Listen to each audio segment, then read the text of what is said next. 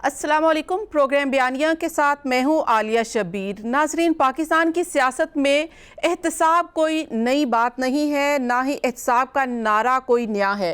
एहतसाब पहले भी होता आया है, लेकिन अब ये एहतसाब आ गया है हर पार्टी को फंडिंग कहाँ से हो रही है और हर पार्टी को इलेक्शन के लिए बिलखुसूस कौन फंडिंग करता रहा है और दूसरे ममालिक उसमें कौन कौन से शामिल हैं। पाकिस्तान तहरीक इंसाफ का एक बड़ा केस इलेक्शन कमीशन में ज़ेर समात है और इस पर पाकिस्तान तहरीक इंसाफ ने जब से जवाब दाखिल करवाया है और तमाम मामला आपने एजेंट्स पर डाला है, तो लगता यूँ है कि अब पाकिस्तान तहरीक इंसाफ के लिए मुश्किल खड़ी हो सकती है। लेकिन ये पार्टी फंडिंग सिर्फ और सिर्फ पाकिस्तान तहरीक इंसाफ का ही मामला नहीं है। पाकिस्तान पीपल्स पार्टी और PMLN का भी ऐसा ही केस ज़ेर समात है और इलेक्शन कमीशन ने उनसे भी जवाब तलब किया है। पार्टी फंडिंग कहां से होती रही और इलेक्शन में वो कहां कहां इस्तेमाल हुई और कौन इसके पीछे था और इसके मकासद क्या थे, ये एक बड़ा वसी सब्जेक्ट भी है और बहस भी है जो आज के प्रोग्राम में हम करने जा रहे हैं। और इसके साथ साथ बात करेंगे PDM की तहरीक की, जो अब इलेक्शन कमीशन के सामने एहतजाज करने जा रही है। तो क्या सिर्फ और सिर्फ पाकिस्तान तहरीक इंसाफ की पार्टी फंडिंग का केस ही टारगेट होगा या कुछ और भी है? हम बात करेंगे भारत की। भारत पाकिस्तान मुखालिफ अब प्रोपेगेंडा खुलकर सामने आ गया है, पहले इन्फो लैब के जरिए और अब हमने देखा है कि एक व्हाट्सएप के जरिए एक व्हाट्सएप बेनकाब हुआ है जो कि एक भारतीय एंकर पर्सन का है, जिसमें पुलवामा कैसे हुआ और इसके अलावा दूसरे वाकयात कैसे हुए और भारत किस तरह से पाकिस्तान को नीचा दिखाने के लिए और ख़ासकर मोदी सरकार इलेक्शन की जीत के लिए सरगर्म रही और अपने ही लोगों को, अपने ही फौजियों को मरवाती रही और पाकिस्तान को उसमें मुलविस करार देती रही और इसका प्रोपेगेंडा करती रही। और अब ये पूरी दुनिया ने देख लिया है कि किस तरह से ये प्रोपेगेंडा किया जाता रहा, लेकिन आखिरकार वो बेनकाब हो चुका है। इसकी हकीकत क्या है और इसके असरात क्या होंगे और भारत को अब इसका किस तरह से नुकसान, आज के प्रोग्राम में ये भी बात करेंगे। मेरे साथ जो गेस्ट हैं मैं उनका तारुफ आपसे करवा दूं। स्टूडियो में मेरे साथ मौजूद हैं सलमान आबिद साहब, सीनियर तज्जियाकार हैं। सलमान आबिद साहब, बहुत बहुत शुक्रिया स्टूडियो ज्वाइन करने के लिए। हमारे साथ हैं ब्रिगेडियर फारूक हमीद साहब, डिफेंस एनालिस्ट हैं, पॉलिटिकल एनालिस्ट हैं। ब्रिगेडियर साहब, आपका भी शुक्रिया। और हमारे प्रोग्राम में हमारे साथ हैं कमर चीमा साहब, इंटरनेशनल अफेयर एक्सपर्ट हैं। प्रोग्राम का आगाज़ मैं चाहूँगी कि कमर चीमा साहब से कर लिया जाए। कमर चीमा साहब, आपने देखा है कि आज आपने ही नहीं, हम सब ने देखा है, पूरी दुनिया ने बल्कि देखा है कि भारतीय प्रोपेगेंडा बेनकाब हो गया है। जो इल्ज़ाम वो पाकिस्तान पर लगाया करता था, अब वो खुद उसकी जद में आ चुका है, बल्कि वो उसका जिम्मेदार है। तो अब किसी फोरम पर कोई इस तरह से होगा कि पाकिस्तान को जो मुर्दे इल्ज़ाम ठहराते थे उनको इंसाफ के कटहरे में लाया जाए और उनसे पूछगछ की जाए कि वो किस तरह से दहशतगर्दी के वाकयात खुद करता था। बहुत शुक्रिया जी। मैं समझता ये हूँ कि जो अर्नाब गोस्वामी की जो व्हाट्सएप चैट लीक हुई है, उससे पाकिस्तान का एक तो बयानिया सामने कैसे आता है। देखिए, ये जो रिपब्लिक टीवी है, इसको स्पेशली बीजेपी ने फंड किया ताकि भारत के अंदर वो अपना एक मीडिया खड़ा कर सकें, अपनी मर्जी के सहाफी लेके आ सके, अपनी मर्जी का प्रोपेगेंडा कर सकें। तो अर्नब गोस्वामी का चैनल बना जिसने सिर्फ एंटी पाकिस्तान प्रोपेगेंडा किया। दूसरी बात, जो मीडिया को तो साथ मिलाए लेकिन इंडियन फौज को भी साथ मिला लिया। और आपको पता होगा कि भारत में नरेंद्र मोदी ने पहली दफा चीफ ऑफ डिफेंस स्टाफ की पोस्ट क्रिएट की ताकि जो बिपिन रावत साहब थे, जो आर्मी चीफ थे, उनको ये कहा गया कि अगर आप हमारी मदद करें और हम 2019 का इलेक्शन जीत जाए, अगर पाकिस्तान पे आप हमला करेंगे तो उस हमले का जवाब इस तरह पेश किया गया कि पहले तो इन्होंने अपना एक फेक जो है वो पुलवामा में इंडिया के फौजी जो थे उनको मरवाया। वो 40 एक फौजी मारे गए। उसके रिटर्न में कहा जी कि ये हमारी बड़ी इंसल्ट हुई है, ये कश्मीरियों ने किया है, ये पाकिस्तान ने किया है, तो हमने बदला लेना है। उसके रिटर्न में जब इन्होंने पाकिस्तान में सर्जिकल स्ट्राइक की तो आपको पता है कि बिपिन रावत साहब को चीफ ऑफ डिफेंस स्टाफ बना दिया गया और पहली दफा ये एक पोजीशन क्रिएट की कि वो अब इंडियन एयरफोर्स, इंडियन नेवी और जो आर्मी चीफ है उनके ऊपर एक बंदा लाके बैठा दिया, सिर्फ नवाजा। सो मेरा ख्याल है पाकिस्तान का दुनिया में क्लियर हो गया है कि किस तरह EU डिसइंफॉर्मेशन लैब के जरिए ग्लोबली पाकिस्तान के खिलाफ प्रोपेगेंडा किया जाता था। और अभी तो भारत के अंदर बहस शुरू हो गई है कि अर्नब गोस्वामी को कैसे पता था कि ये पुलवामा का हमला होगा, इसके बाद क्या होगा और इलेक्शन क्या होगा। अभी हमने कुछ नहीं करना, अभी भारत में खुद ही वो क्वेश्चन मार्क लग गया इंडियन आर्मी के ऊपर। नहीं इंडिया के कमर चीमा साहब, भारत को तो खुद तो मुंह की खानी पड़ेगी, उनके अपने अवाम तो पूछेंगे, लेकिन पाकिस्तान को भी तो किसी फोरम पर आवाज उठानी चाहिए ताकि भारत को मजीद बेनकाब किया जाए और आइंदा ऐसे वाकयात से रोका जाए। देखें, पाकिस्तान पहले डॉसियर दे चुका है इंटरनेशनल कम्युनिटी को। हमने जो हमारे फॉरेन मिनिस्टर ने P5 को भेजे, फिर हमने EU डिसइंफॉर्मेशन लैब के ऊपर हमारी एम्बेसीज और हमारे फॉरेन ऑफिस ने और ISPR ने पूरी दुनिया को सेंसिटाइज किया। अभी हमारा केस मजीद आसान हो गया क्योंकि एविडेंस जो है वो घर के अंदर से मिल गई हैं। ये वो चीजें थी जो पाकिस्तान चाहता था कि दुनिया को पता चले कि इंडियन आर्मी और बीजेपी और RSS का नेक्सस है, लेकिन पाकिस्तान उस सबूत को किस तरह स्टैब्लिश करता, ये सबूत तो स्टैब्लिश हो चुका है। अभी तो जो इंडियन की एयरफोर्स है और जो नेवी है उनको प्रेशराइज किया जाता है कि आप पाकिस्तान पे हमला करें। सो मेरा ख्याल है कि ये नरेंद्र मोदी जी जो कि इंडियन आर्मी का इस्तेमाल कर रहे हैं अपनी सियासत के लिए, मीडिया का इस्तेमाल करते हैं मुल्क के अंदर तकसीम पैदा करने के लिए, और खुद तो वो RSS का एजेंडा लेके चल ही रहे हैं। तो ग्लोबली पाकिस्तान बता चुका है, मजीद बताएगा। और ये जो व्हाट्सएप चैट और इंडिया के अंदर जो सारी बहस हो रही है, इस सारी की सारी बहस पाकिस्तान को पूरी दुनिया में सुरखरू करती है कि जो पुलवामा, जो इन्होंने बालाकोट में 2 नंबर से सर्जिकल स्ट्राइक करने की कोशिश की, जिसको ग्लोबली एक्सेप्ट किया गया कि वहां पे कोई कैंप थे। सो मेरा ख्याल है कि अभी पाकिस्तान इस चैट को लेके और जो नरेंद्र मोदी के खिलाफ जो कांग्रेस और बाकी सारी सियासी जमातें और वो मीडिया जो समझता था कि नरेंद्र मोदी ने एक झूठा फेक मीडिया खड़ा किया है ताकि वो अपनी मर्जी का प्रोपेगेंडा कर सके, फिर डेफिनेटली एक्सपोज हो चुके हैं। राइट, लेकिन अगर इस पे बात की जाए कि जिस तरह से मकबूजा कश्मीर में जो कुछ भारत कर रहा है, तो ये सब कुछ जो कुछ एक्सपोज अब हुआ है भारत, तो क्या इससे पाकिस्तान का केस और मजबूत होगा और पाकिस्तान को क्या वर्किंग करनी चाहिए, किस तरह से केस को लेकर प्रेजेंट करना चाहिए कि दुनिया भी इसके ऊपर ना सिर्फ बिलीव करे, पाकिस्तान का साथ दे? देखिए, मेरा ख्याल है कि पाकिस्तान ने दुनिया के सामने केस तो रखा वो इस तरह कि कल आप देखते ना कि ब्रिटिश पार्लियामेंट में जो मेंबर ऑफ पार्लियामेंट है वो कह रहे हैं कि भाई दुनिया के जो कश्मीर होता है उसके लिए आपको भारतीय या पाकिस्तानी होना नहीं चाहिए, आप अगर इंसान हो तो वो जो वहां के इंसानी हकूक की खिलाफवर्जियां वो काफी हैं। तो यूके पार्लियामेंट बोल रही है, EU डिसइंफॉर्मेशन लैब के जरिए यूरोपियन यूनियन को सेंसिटाइज कर दिए हैं। कैमला हैरिस और जो बाइडेन जो इस वक्त अमेरिका के नए सदर और वाइस प्रेसिडेंट आ रहे हैं, वो पहले ही नरेंद्र मोदी और उनकी सियासत के बारे में और कश्मीर के जो मुजालम है उसके बारे में वो कह चुके हैं कि जब वो हुकूमत में आएंगे वो उनसे जरूर पूछेंगे। सो आप इस चीज पे बेफिक्र रहे, जो इंडिया के अंदर बहस शुरू हो गई है, यूके में, अमेरिका में जो लीडरशिप आ गई है, यूरोपियन यूनियन में EU डिसइंफॉर्मेशन लैब की वजह से तमाम EU के जो कैपिटल्स हैं वहां पे हमारा पैगाम जा चुका है।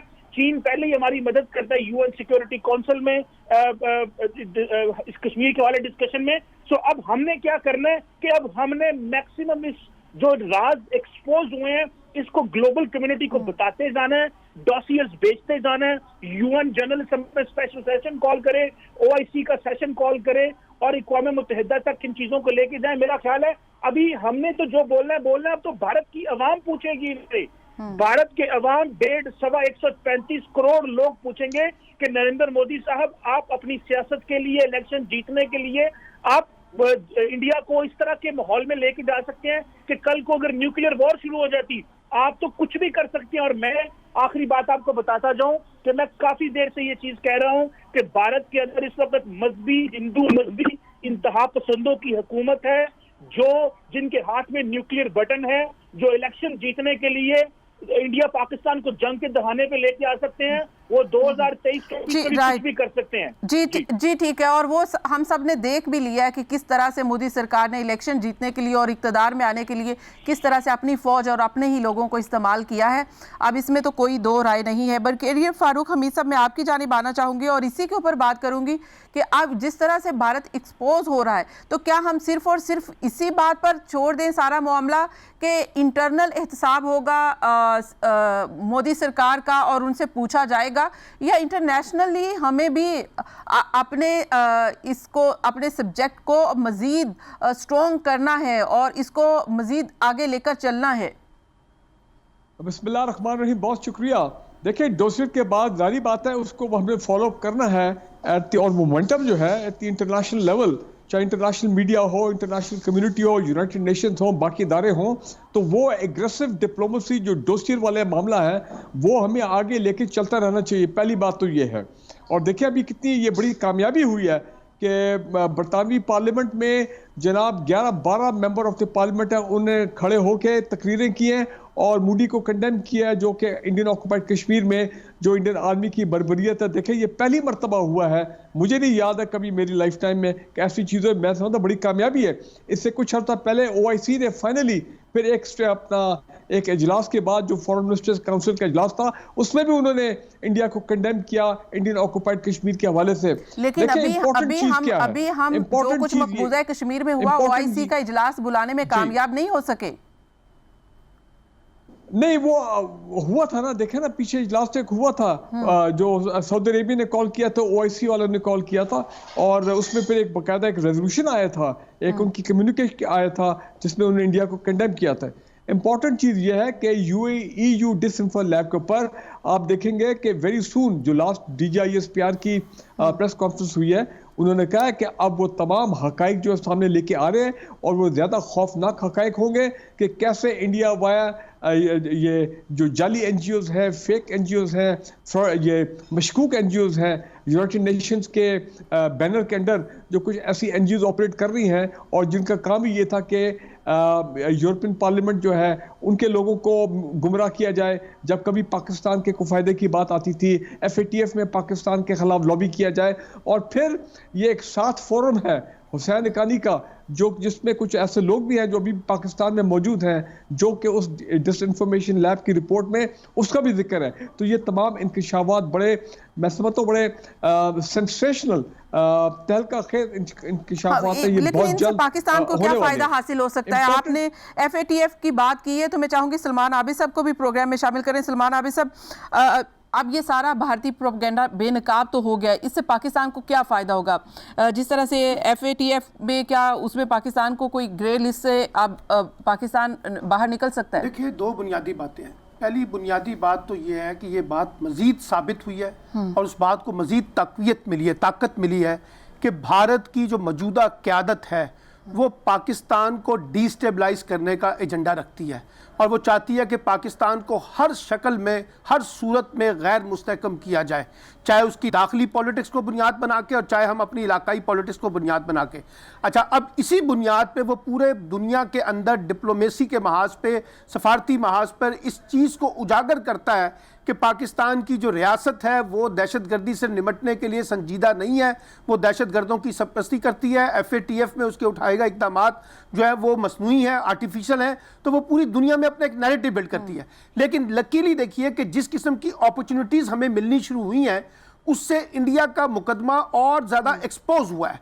अब ये EU की डिसइंफो लैब थी, उसका मामला आ गया, अब ये व्हाट्सएप कॉल आ गई और इस तरह की भारत के अंदर से रिपोर्ट्स आ गई। और जैसे अभी अब हमारे दोनों दोस्तों ने कहा कि बरतानवी पार्लियामेंट में डिबेट हो गई, ये जाहिर करती है कि अब इंडिया को भी एक आलमी दबाव का सामना तो है और ख़ास तौर पे मकबूजा कश्मीर की सूरत हाल के हवाले से। और फिर ये जो अभी प्राइम मिनिस्टर इमरान खान साहब ने कहा कि जो मच में बलूचिस्तान वाला वाक़या हुआ उसमें भी ऐसे लोग मुलव्वस हैं दाइश के कॉन्टेक्स्ट में जिनकी सरपरस्ती किसी ना किसी शक्ल में हिंदुस्तान करता है। अच्छा, अब ये सारी बातें जाहिर करती हैं कि हिंदुस्तान पे सवालात ना सिर्फ पाकिस्तान के अंदर से उठ रहे हैं बल्कि बहुत से ममालिक ये सवाल उठा रहे हैं हिंदुस्तान के बारे में, बरतानिया से उठ रहे हैं, अमेरिका के अंदर से उठ रहे हैं। और फिर आप आलमी मीडिया को देखिए कि जिस किस्म के सवालात ह्यूमन राइट्स वायलेशन के कॉन्टेक्स्ट में मकबूजा कश्मीर में और वहाँ पे रजिस्ट्रेशन के नाम के ऊपर जो कुछ हो रहा था हिंदुस्तान के अंदर वो भी, और जो मुस्लिम कम्युनिटीज़ के साथ जो कुछ हो रहा है, तो मैं समझता हूँ कि इस वक्त एक बड़ी अपॉर्चुनिटी पाकिस्तान के पास मिली है कि पाकिस्तान इसको ज़्यादा से ज़्यादा पॉलिटिसाइज करे अपने सफारती ताल्लुकात में, अपने डिप्लोमेटिक कॉन्टेक्स्ट में, और इसको ज़्यादा से ज़्यादा एक्सप्लॉइट करके, इसको पॉलिटिसाइज करके इस बात को दुनिया में बावर करवाया जाए कि देखिए पाकिस्तान के मुकाबले में भारत का रवैया क्या है, भारत किस तरह से पाकिस्तान को डिस्टेबलाइज करना चाहता है और किस्म की मनफी सरगर्मियां, यानी चीजें खुद पैदा करनी, उसी पैदा करके खुद को यह जाहिर करना कि वो इनोसेंट है और सारा मलबा उठा के पाकिस्तान पे डाल देना। ये तो जितनी चीजें निकल रही हैं इस पे हमारी सियासी लीडरशिप को, हमारी मिलिट्री लीडरशिप को, हमारे इंटेलेक्चुअल्स को, हमारे मीडिया को और हमारे थिंक टैंक्स जितने भी हैं, इन सब को एक खास नैरेटिव के साथ, एक खास पोजीशन के साथ हिंदुस्तान को अब ज्यादा से ज्यादा एक्सपोज करना है। और लकीली हिंदुस्तान ने हमें वो अपॉर्चुनिटीज प्रोवाइड की हैं कि जिसको बुनियाद बना के हम इंटरनेशनल मीडिया के अंदर और इंटरनेशनल दुनिया के अंदर, इंटरनेशनल फोरम्स में जाके ये सवालात उठा सकते हैं कि देखिए कि इस एविडेंस के बाद भी अगर आलमी दुनिया ने भारत पे कोई दबाव ना डाला तो फिर ये मामला जो है पाकिस्तान के बारे में ना कहा जाए कि पाकिस्तान कुछ नहीं कर रहा। एग्जैक्टली लेकिन सलमान आबिद साहब, आपने देखा होगा कि मोदी के दोबारा इलेक्शन में जीतने से पहले इस वक्त के प्राइम मिनिस्टर इमरान खान साहब ये कहते हैं कि वो मोदी साहब आएंगे तो पाकिस्तान का फायदा होगा। तो आप ये देखें कि मोदी सरकार पाकिस्तान के बारे में क्या राय रखती है और किस तरह के उनके ख्यालात हैं और क्या एक्शन, क्या कार्रवाइयां करती है। इमरान खान का ख्याल नहीं था, हमारे यहाँ बहुत से लिखने वाले जो है उनका ख्याल ये था कि जो मोदी का दूसरा दौर होगा उसमें वो पाकिस्तान के साथ इंगेजमेंट की पॉलिसी इख्तियार करेंगे। लेकिन वो तजर्बा गलत साबित हुआ ना, एग्जैक्टली वो राय गलत साबित होगी ना। इसका मतलब है कि हिंदुस्तान अभी भी, जैसे अभी कमर साहब ने कहा, वो जो हिंदुआता की पॉलिटिक्स है वो उसको बुनियाद बनाकर ना सिर्फ हिंदुस्तान के अंदर बल्कि पाकिस्तान के कॉन्टेक्स्ट में जब डील कर रहा है तो उससे खुद हिंदुस्तान के दाखिली पॉलिटिक्स के मसाइल जो है इसका पाकिस्तान को ये फायदा जरूर हुआ है कि हिंदुस्तान को, भारत को, मोदी सरकार को मुंह की खानी पड़ी है। यहाँ पे वक्त हुआ एक ब्रेक का। ब्रेक के बाद जब हम वापस आएंगे तो बात करेंगे एहतसाब की। हमारे साथ रहिए।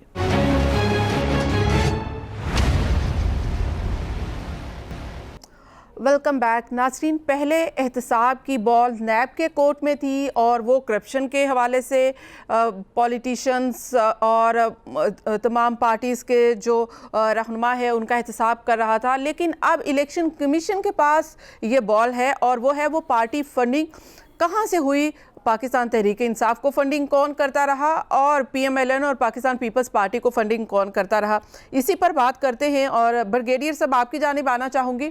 ब्रिगेडियर साहब, ये पार्टी फंडिंग वाला जो मामला है, पाकिस्तान तहरीक इंसाफ का मामला तो अब खुल गया है, वो तो उन्होंने तमाम मामला एजेंट्स पर डाल दिया है, लेकिन इमरान खान साहब कहते हैं कि एहतसाब अगर हमारा हो रहा है पार्टीज़ का, पार्टी फंडिंग का, तो फिर तमाम पार्टीज़ का एहतसाब होना चाहिए। बात तो सही है, सबका एहतसाब होना चाहिए, लेकिन अपने मामले में वो घबराते रहे, जवाब नहीं दिया गया, स्टे ऑर्डर लेते रहे, लेकिन जवाब दिया और मामला एजेंट्स के ऊपर डाल दिया। देखिए, मैं पहले क्विकली पिछले सेगमेंट की एक दो पॉइंट रह गए थे, मैं हाईलाइट फौरन करना चाहता हूँ। एक तो ये कि पाकिस्तान का जो नैरेटिव है कि इंडियंस जो है ये फॉल्स फ्लैग ऑपरेशन करते हैं और उसके बाद कोशिश होती है कि पाकिस्तान पे ब्लेम कर दिया जाए ये फ्रीडम फाइटर पे। तो पुलवामा भी उसी की एक कड़ी थी और ये हमारा नैरेटिव कंफर्म हो गया इंटरनेशनल कम्युनिटी की नज़र में। और दूसरी ये कि इंडियन आर्मी जो है वो झूठ बोलती है अपने लोगों के साथ। इंडियन आर्मी की लीडरशिप जो है वो अपने फौज के साथ झूठ बोलती है, अवाम के साथ झूठ बोलती है।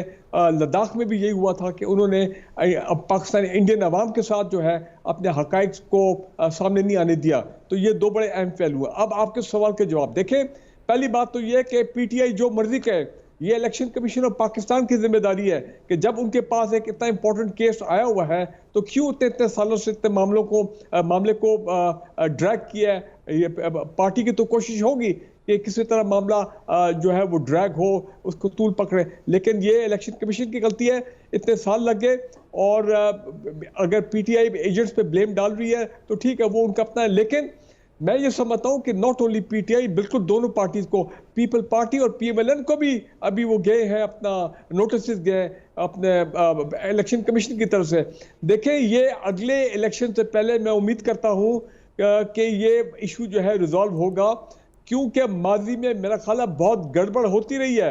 ये तमाम पार्टीज जो हैं, अब ये मैं नहीं कहता हूँ कि बाहर की जो हुकूमतें हैं, अब जिस तरह इल्ज़ाम लगाया गया PTI के ऊपर कि जनाब ये इंडिया और इसराइल से इनको फंडिंग होती है, जो मौलाना फजलुर रहमान साहब ने इल्ज़ाम लगाया। अगर मौलाना फजलुर रहमान साहब की बात की जाए, उनकी पार्टी की, तो पूरी दुनिया जानती है कि अफगान जहाद ऑनवर्ड अपना मिडल ईस्ट गल्फ कंट्रीज के जो कुछ ममालिक हैं जो कि मौलाना फजलुर रहमान को बहुत जो है वो सपोर्ट करते रहे फाइनेंशियली, और बहुत उन्होंने जो है ना डॉलर कमाए हैं उस सिलसिले में, और अभी तक शायद अभी भी फंडिंग उनकी जारी है। तो लिहाजा इस हमाम में सारे रंगे पॉलिटिकल पार्टी। नहीं, लेकिन देखिए ना, पहले आप वाला का मामला आपको चल पता रहा है। इमरान खान साहब कहते हैं कि अगर एहतसाब पाकिस्तान तहरीक इंसाफ का होगा तो फिर सबका होना चाहिए। अब पीएमएलएन और पीपल्स पार्टी ये कहती है कि नहीं, पहले फैसला पीटीआई का आना चाहिए, लेकिन पीएमएलएन पीपल्स पार्टी चाहती है पहले पाकिस्तान तहरीक इंसाफ का है। खान साहब कहते हैं सबका आए। इसका फैसला जो है वो पीपल्स पार्टी ने, पीएमएलएन ने और पीटीआई ने तो नहीं करना ना। बुनियादी तौर पे जो ब्रिगेडियर फारूक हमीद साहब ने सवाल उठाया कि ये फैसला तो इलेक्शन कमीशन को करना है, वो जरूर इसको जांचे कि जनाब इन फैसलों को हमने अलग-अलग देखना है, इन सबको इकट्ठा देखना है। ये फैसला बुनियादी तौर पे इलेक्शन कमीशन को करना है। एक बात तो ये है, लेकिन दूसरी बात ये है फिर इदारे के ऊपर प्रेशर नहीं है कि पार्टी कहती है कि ये कहती है कि उसके खिलाफ फैसला दें। बाहर देखिए, जो जिनके ऊपर इल्जामात हैं वो तो प्रेशर डालेंगी। वो तो पीपल्स पार्टी भी प्रेशर डालेगी, पीएमएलएन भी डालेगी, पीटीआई भी डालेगी। असल फैसला तो ये है कि जब आप ये कहते हैं कि जी इलेक्शन कमीशन ने करना है, तो फिर इलेक्शन कमीशन को इस प्रेशर से तो बाहर निकलना चाहिए ना। वो अपनी तय कर ले कि किसका किस तरह से करना है। एक बात तो ये है। दूसरी बात यह है कि देखिए, हमारे यहाँ पॉलिटिकल पार्टीज हों, मजहबी पार्टियां हों, फलाई तंजीमें हों, इन सब के जो फाइनेंशियल मामलात होते हैं, बाहर से पैसे जो आते हैं, उसका कोई ट्रांसपेरेंट रिकॉर्ड उस तरह से है नहीं। और हमारे यहाँ ये कोई नया काम नहीं है।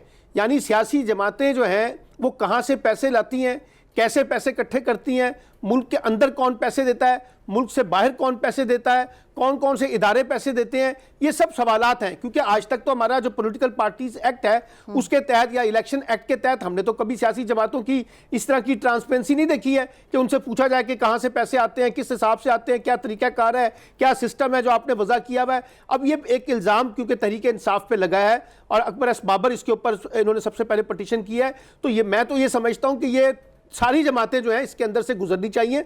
और उसकी वजह है कि देखिए, बात यह है, और मुझे कोई उम्मीद नहीं है को कोई ऐसा फैसला आ जाएगा कि जिससे कोई बड़ा बोलचाल आने वाला है, ना पीटीआई पे आएगा ना बाकी जमातों पे आएगा। अलबत्ता इससे एक डिबेट जनरेट हो जाएगी कि पाकिस्तान की जो पॉलिटिकल पार्टीज हैं उनके अंदर जो फाइनेंशियल सिस्टम है वो ट्रांसपेरेंट होना चाहिए था।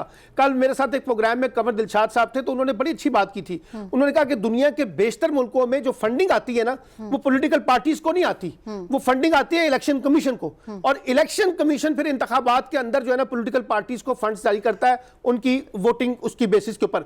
अब यहां तो यह है कि यहां आपने सियासी जमातों को बना दिया है एक अथॉरिटी, और वो जहां से मर्जी पैसे इकट्ठे करें, जायज करें, नाजायज करें, गलत तरीके से इकट्ठे कर रहे हैं, बुरे तरीके दुरुस्त तरीके से कर रहे हैं। आप इलेक्शन कमीशन के पास की बात करें, आप देखें कि हमारे एक इलेक्शन पे अगर काउंसलर का इलेक्शन है और उस पर करोड़ों रुपए खर्च किए जाते हैं। वही तो मैं कह रहा हूं कि इलेक्शन कमीशन के तो अपने जो लॉज हैं वो उस पर अमल दरामद नहीं कर पाता, पैसों के जो अखराजात की जो हद है उसके बारे में। तो बहरहाल ये मैं कहता हूं कि जो पॉलिटिकल पार्टीज के अंदर ये जो सारा ट्रांसपेरेंसी का मामला है, इसमें काफी एरर है, चाहे वो पीटीआई हो, चाहे वो पीएमएलएन हो, और चाहे वो जो है ना पीपल्स पार्टी हो। अब ये जो स्टैंड लिया है पीटीआई ने कि जी हमने तो कोई ऐसा काम नहीं किया, अगर किसी एजेंट ने किया होगा तो किया होगा। पहली बात ये देखना पड़ेगा इस पूरी इन्वेस्टिगेशन के अंदर कि क्या बतौर जमात पीटीआई इस पूरे खेल में मुलव्वस थी या ये मामला सिर्फ एजेंटों तक महदूद था। अच्छा, अब ये कह देना कि एजेंटों तक महदूद था तो पार्टियां अपने आप को विड्रॉल नहीं कर सकती, पार्टियां भी उसके अंदर जिम्मेदार होंगी ना, क्योंकि आपने वो एजेंट मुकर्रर किए थे ना। तो इसलिए फिर पार्टियों पर भी सवालात उठेंगे और इनकी अकाउंटेबिलिटी और ट्रांसपेरेंसी के जो मैकेनिज्म्स हैं उसको देखा जाएगा कि किस लेवल के ऊपर ये है, किस हद तक ये दुरुस्त है और किस हद तक ये गलत है। तो मुझे लगता है कि जब ये पंडोरा खुलेगा ना, ये जो सारा का सारा जिसको आप अभी तक हमने फोकस किया हुआ पीटीआई के कॉन्टेक्स्ट में, ये पीटीआई तक महदूद नहीं रहेगा, ये बड़ा पंडोरा है, इसमें बाकी जमातें भी आएंगी, और जब ये बाकी जमातें आएंगी तो एक बड़ा पंडोरा जब खुलेगा तो आप देखिएगा कि इसमें फिर एक ऐसी चीज निकल के आएगी जिसके साथ हम फ्यूचर की डायरेक्शन तय कर सकेंगे, इसमें कुछ नहीं हो सके। सलमान आबिद साहब, यही बात है कि ये फिर जो मामला जो दूसरे ममालिक हैं वो फंडिंग करते हैं, उनके अपने मकासद हैं, वो जो यहाँ पे लीडरशिप आती है उनसे अपने मतलब के जो फैसले हैं वो चाहते हैं, ये सारी एक बड़ी कहानी है जो इसके पीछे है। लेकिन पहली बात तो ये ना कि ये आपको याद होगा कि पीटीआई की पहले पिटीशन ये थी कि इलेक्शन कमीशन ये सुनने का मजाज ही नहीं है। उन्होंने मामला अदालत की तरफ गए, फिर अदालत का फैसला आया कि नहीं, इलेक्शन कमीशन इसको इनिशियली इन्वेस्टिगेट कर सकता है, अभी इलेक्शन कमीशन इसको इन्वेस्टिगेट कर रहा है। अब पहले तो ये देखेंगे कि जो शवाहिद इस वक्त पीटीआई के खिलाफ पेश हुए हैं, उसमें कितना पोटेंशियल है, कितनी जान है और कितना उसके अंदर वो विजडम है कि जिसकी बुनियाद पे ये साबित हो सकता हो कि यस यकीनी तौर पर इसके अंदर जो है ना ट्रांसपेरेंसी सीरियस इश्यूज हैं, तभी ये केस आगे बढ़ेगा ना। तो पहले तो इनिशियली चीजें होंगी। इसी तरीके से 18 तारीख को जब पीएमएल-एन को और पीपल्स पार्टी को बुलाया गया, उनसे तो जवाब मांगा गया ना, तो वो भी अभी टाइम लेंगी, टाइम गेन करेंगे। उन्होंने तो पहले कहा कि पीटीआई का फैसला आ जाए पहले, हम बाद में जवाब देंगे। देखिए वो मैं कह रहा हूं, ये तो उनकी ख्वाहिश होगी ना, लेकिन ये चीजें जब चलेंगी तो देखेंगे कि किस प्रोसीडिंग के तहत ये फैसला ख्वाहिश के मुताबिक आता है। जाहिर है इलेक्शन कमीशन ने ये फैसला करना है। यहाँ पे ब्रेक का वक्त हुआ है, मजीद बात करेंगे एक ब्रेक के बाद। Keep watching. वेलकम बैक नाजरीन। हम बात कर रहे थे कि फॉरेन फंडिंग के हवाले से अब ये पार्टीज का एहतसाब होने लगा है। अब ये फैसला कहाँ तक होगा? सलमान आबिद साहब कह रहे हैं कि एहतसाब कोई ऐसा फैसला कुन तो नज़र नहीं आ रहा, एटलीस्ट ये डिबेट का मामला है कि डिबेट शुरू हो जाएगी। तो बहस तो सलमान आबिद साहब हम बहुत अरसा से देख रहे हैं। ब्रिगेडियर साहब इसी के ऊपर आप कमेंट कीजिएगा। सलमान आबिद साहब कह रहे हैं कि ये डिबेट एक शुरू हो जाएगी कि ये फॉरेन फंडिंग कहाँ से आई, ट्रांसपेरेंसी होनी चाहिए पार्टी फंडिंग की, लेकिन ये डिबेट एहतसाब की, चाहे वो किसी भी मामले में हो, ये तो हम अरसा दराज से सुन रहे हैं और आज तक सुन रहे हैं। इसकी हकीकत और आर या पार का हमें कुछ नज़र नहीं आता। तो ये भी आपको ऐसा ही लग रहा है कि डिबेट ही होगी, इससे ज़्यादा कुछ नहीं? नहीं, मेरा ख्याल है इस मरतबा election commission of Pakistan at least before जो 2023 के इलेक्शन है उससे पहले मेरा ख्याल है कोई मामला स्ट्रीमलाइन होंगे, कुछ चीज़ें सामने आएंगी, कोई एसओपीज बनेगी। और जिस तरह सलमान आबिद साहब कहते थे कि बिल्कुल इसको रेगुलराइज स्ट्रीमलाइन करने की बड़ी ज़रूरत है। देखें ये सिर्फ बाहर का पैसा नहीं है जो कि यहाँ पे आता है पार्टीज को, किसी को कुछ पता नहीं है कि पार्टी के अपने जो लीडर हैं, उनके लोग हैं, उनको नहीं पता कि जी जो करोड़ों अरबों रुपए आ रहे हैं कहाँ से आ रहे हैं, क्या सोर्सेज क्या हैं। बल्कि पार्टी के अंदर तो ये भी है कि जो लोग जिस पर टिकट खरीदते हैं, फिर सुना तो ये कि शरीफ फैमिली जो है वो तो जितना जब वो सीटें अलॉट करती है, टिकट्स देते हैं इलेक्शन से पहले, तो उसमें जो कितनी भारी एक रकम होती है वो सारी शरीफ फैमिली जो है वो खुद खा जाती है, पार्टी फंड में भी नहीं जाते। इस किस्म की बड़े घपले हैं पार्टी के अंदर। ये जरदारी फैमिली हो गए, शरीफ फैमिली, और ये JUI वाले फजल रहमान साहब, ये सारा लोगों से पैसे लेके और फिर जो है वो सारा पैसा एम्बेजल कर जाते हैं, हड़प कर जाते हैं। तो ये मेरा ख्याल है बिल्कुल ये इस पे कोई एक सिस्टम बनेगा। और अभी ये इनिशियल मामला है, देखेंगे इनिशियल मामला तो है, इसके ऊपर कोई भी पार्टी संजीदा नहीं है। आप देख लें कि ये इलेक्शन के ऊपर इलेक्शन कमीशन के पास ये इख्तियार है कि वो पार्टीज़ को पाबंद कर सके कि हर हलके में काउंसलर का इलेक्शन हो या फिर MPA का हो, MNA का हो, और वो पाबंद करे कि इतने पैसे खर्च होने चाहिए। हम तो इसके ऊपर भी अमल दरामद होते नहीं देखते। आप भी अपने हलके में या दूसरे हलके में मुल्क में इलेक्शन देखते हैं कि वहाँ पे करोड़ों रुपए खर्च किए जाते हैं, उसके ऊपर अमल दरामद नहीं हो सकता। ये आपकी बात सही है। हमने पिछले 2-3 इलेक्शन में देखा है कि इलेक्शन के बाद कोई कई दफ़ा पिटीशन में दायर होती है और कई दफ़ा इलेक्शन कमीशन खुद नोटिस लेता है, लेकिन जनाब यहाँ पे जो अलाउड लिमिट है MPA के लिए, काउंसलर के लिए या MNA के लिए, उससे बहुत हद तक का जो है वो ज़्यादा पैसे जो है बहुत खर्च किए गए, लेकिन उसके बाद कभी कुछ नहीं होता। कभी हमने किसी MNA और MPA को ये नहीं देखा कि इलेक्शन कमीशन ने उसको डिस्क्वालीफाई किया हो कि जनाब आपने इलेक्शन कमीशन के जो रूल्स हैं इस सब्जेक्ट पे आपने वायलेट किए हैं, कभी नहीं हुआ। इलेक्शन कमीशन कमजोर है, that is the whole problem. अगर इलेक्शन कमीशन जो है वो मजबूत हो, आर्टिकल 62, 63 कितना हमने कहा, डॉक्टर कादरी साहब ने तहरीक चलाई कि कैसे स्क्रूटिनी होनी चाहिए। बड़ी हमारी कोशिश थी कि कम से कम 1 महीना इलेक्शन से पहले स्क्रूटिनी होनी चाहिए बंदे की कि वो लोन डिफॉल्टर तो नहीं है, उसने यूटिलिटी बिल दिए या नहीं, या उसके अलावा और उसके खिलाफ कोई क्रिमिनल केसेस है या नहीं। लेकिन इन सब लोगों ने मिल मिला के अभी वही है कि जी 5-6 दिन के अंदर स्क्रूटिनी होती है और लोगों को ब्रिगेडियर साहब जाली डिग्रीज हो जाती है और इलेक्शन कमीशन को वो तक पता नहीं होता और उसका कोई मैकेनिज्म है या नहीं है, किस तरह से वो चेक करते हैं। बाद में पता चलता है कि ये MNA MPA है और उसके बाद उसकी डिग्री ये जाली है। सलमान आबिद साहब, ये सेनेट इलेक्शन देखने अभी आ रहे हैं और हॉर्स ट्रेडिंग जिस तरह से होती पहले हुई है, आपने चेयरमैन सेनेट के इलेक्शन में देख लिया और अभी भी ऐसे ही है। अभी तो एक पार्टी के रहनुमा हमने देखा कि वो खुद ऑफर कर रहे थे। अब हुकूमत ने सदारती ऑर्डिनेंस के जरिए एक रेफरेंस दायर किया है जिसमें यह कहा है कि जो खुफिया राय शुमारी है उसकी बजाय ओपन बैलेट के तहत होना चाहिए। अब उस पर अपोजिशन जो है उनका अपना एक पॉइंट ऑफ व्यू है, खासतौर पे पीपल्स पार्टी का। लेकिन मैं आपको बताऊं, चार्टर ऑफ डेमोक्रेसी के अंदर इन्हीं दोनों सियासी जमातों ने कहा था कि पीएमएलएन ने भी और पीपल्स पार्टी ने, कि जो खुफिया राय शुमारी है इसके मुकाबले में ओपन बैलेट होना चाहिए। अब जब ओपन बैलेट की बात आ रही है तो फिर वो दोबारा इस्तराज कर रहे हैं।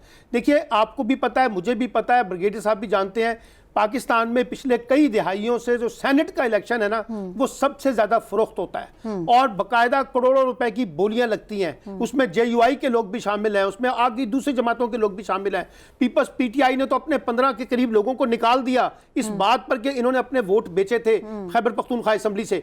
तो इसलिए मैं ये समझता हूं कि सेनेट के इंतखाबात में भी अब ये फैसला, क्योंकि सुप्रीम कोर्ट ने करना है, अगरचे सुप्रीम कोर्ट ये कहती है कि सियासी फैसले हैं, आपको पार्लियामेंट में करने चाहिए, आप हर फैसला उठ के जो है वो हमारे पास लेके आ जाते हैं, ये एक बहस है। लेकिन जो बात मैंने अभी ब्रिगेडियर साहब ने भी की और मैंने भी की है, मुझे कोई ऐसा बुनछाल, इसलिए मैंने कहता हूं कि इलेक्शन कमीशन के इस फैसले से जो पार्टी फंडिंग के कॉन्टेक्स्ट में है कि ये जी इलेक्शन नल एंड वाइड हो जाएगा, अच्छा जी पीटीआई को बैन लगा देते हैं, ये चीजें नहीं होंगी। अलबत्ता मेरी होप ये है और ये होना भी चाहिए, मेरी ख्वाहिश भी है कि जो फ्यूचर की डायरेक्शन है ना वो तय कर दी जाए और खास तौर पे जो पार्टी फंडिंग के मामलात हैं इसको इलेक्शन कमीशन के जरिए होना चाहिए। जैसे मैंने आपको मिसाल बताई है दूसरे मुल्कों में कि पार्टी फंड, पार्टी के पास ये राइट नहीं होना चाहिए कि वो बराह रास्त लोगों से इस तरह से फंड ले, ये इलेक्शन कमीशन के पास आना चाहिए, फिर इलेक्शन कमीशन की मदद से पार्टियों के पास जाना चाहिए। क्योंकि जब तक देखिए ना, इस पूरे जो सारी बहस है इसका फायदा क्या है? इसका फायदा यह है कि आप फ्यूचर के कॉन्टेक्स्ट में कोई ट्रांसपेरेंट मैकेनिज्म डेवलप कर लें। अगर वो बन जाए तो बहुत अच्छी बात है, अगर वो नहीं बन सकेगा तो फिर यही खेल जो चल रहा है ये चलता रहेगा और कई सदियों से चल रहा है, कई सालों से चल रहा है, कई दिहाइयों से चल रहा है। पार्टी फंड्स के नाम पे जो कुछ यहां होता है, चाहे वो दाखिली कॉन्टेक्स्ट में, चाहे वो खारजी इलाकाई कॉन्टेक्स्ट में, हम देख रहे हैं। इसलिए मुझे लगता यह है कि ये जो बहस, जब मैंने कहा कि डिबेट जनरेट हुई है, मैं इसको इसलिए ऑप्टिमिज्म इसके कॉन्टेक्स्ट में कि इसमें से कुछ ना कुछ ऐसे मैकेनिज्म डेवलप होंगे जो फर्दर फिर पॉलिटिकल पार्टीज को अगले इलेक्शन के ऊपर डील करना पड़ेगा। मामला तो अमल दरामद का है और अमल दरामद कैसे हो सकता है। ब्रिगेडियर साहब, क्योंकि टाइम कम है और मैं चाहूंगी कि पीडीएम के जलसे के हवाले से भी बात कर लें। इलेक्शन कमीशन के बाहर एहतजाज करने जा रहे हैं और उनका मकसद जो अभी बज़ाहिर लग रहा है वो यही है और टारगेट भी यही है कि वो सिर्फ और सिर्फ जो पीटीआई की पार्टी फंडिंग केस है उसका फैसला चाह रहे हैं। तो ये क्या मामला है कि वो सिर्फ फैसला लेने जा रहे हैं? देखिए, मैं एक पॉइंट दोबारा जल्दी से हाईलाइट कर दूं, वो ये कि पाकिस्तान में जो बड़े बड़े ये जो कार्टल्स हैं, माफियाज हैं, बड़े बड़े कॉरपोरेशंस हैं जो कि हमेशा अपने बंदे रखते हैं हर गवर्नमेंट के अंदर, ये भी बड़ा हेविली फंड करते हैं पॉलिटिकल पार्टीज को।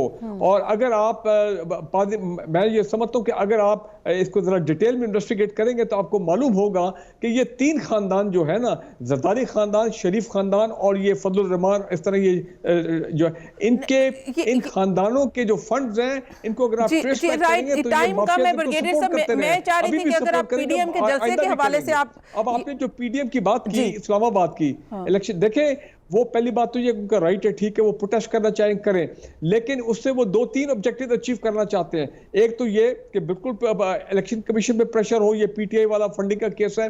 दूसरा, वो बताना चाह रहे हैं, मिलिट्री एस्टैब्लिशमेंट को भी मैसेज देना चाह रहे हैं और पीटीआई गवर्नमेंट के, हम इस्लामाबाद आ सकते हैं और देखें हम इस्लामाबाद आएंगे। और इस वक्त उनकी कोशिश है कि मैक्सिमम लोगों को लेके आए ताकि एक शो ऑफ स्ट्रेंथ हो। और शो ऑफ स्ट्रेंथ कितना होगा सलमान? आप सब आखिरी कमेंट आप कर लीजिएगा। शो ऑफ स्ट्रेंथ कितना होगा पीडीएम का इलेक्शन कमीशन के बाहर? मेरे ख्याल के मुताबिक जो है शो ऑफ स्ट्रेंथ से ज्यादा डिबेट इंपॉर्टेंट है कि वो गए जा रहे हैं पीटीआई के फॉरेन फंडिंग केस के कॉन्टेक्स्ट में। 18 तारीख को इलेक्शन कमीशन ने दोनों जमातों को बुला लिया है। ये पंडोरा जो है ना, वो खुद पीटीआई तक महदूद नहीं रहेगा, बल्कि पीपल्स पार्टी और पीएमएलएन भी इस फॉरेन फंडिंग केस में जद में आ सकते हैं। और पाकिस्तान के वज़ीर-ए-आज़म इमरान खान साहब ने अपने इंटरव्यू में भी यही कहा है कि फॉरेन फंडिंग का के हवाले से जो इन्वेस्टिगेशन है, हिसाब है, वो सिर्फ पीटीआई का नहीं बल्कि पीएमएलएन का भी होना चाहिए, पाकिस्तान पीपल्स पार्टी का भी होना चाहिए, हिसाब सबका होना चाहिए, होता हुआ नजर आना चाहिए यकीनन। सलमान आबिद साहब, प्रोग्राम में वक्त आवरी का बहुत बहुत शुक्रिया। ब्रिगेडियर साहब आपका भी शुक्रिया। प्रोग्राम में वक्त खत्म हो गया, मुझे दीजिए इजाजत। अल्लाह हाफ़िज़।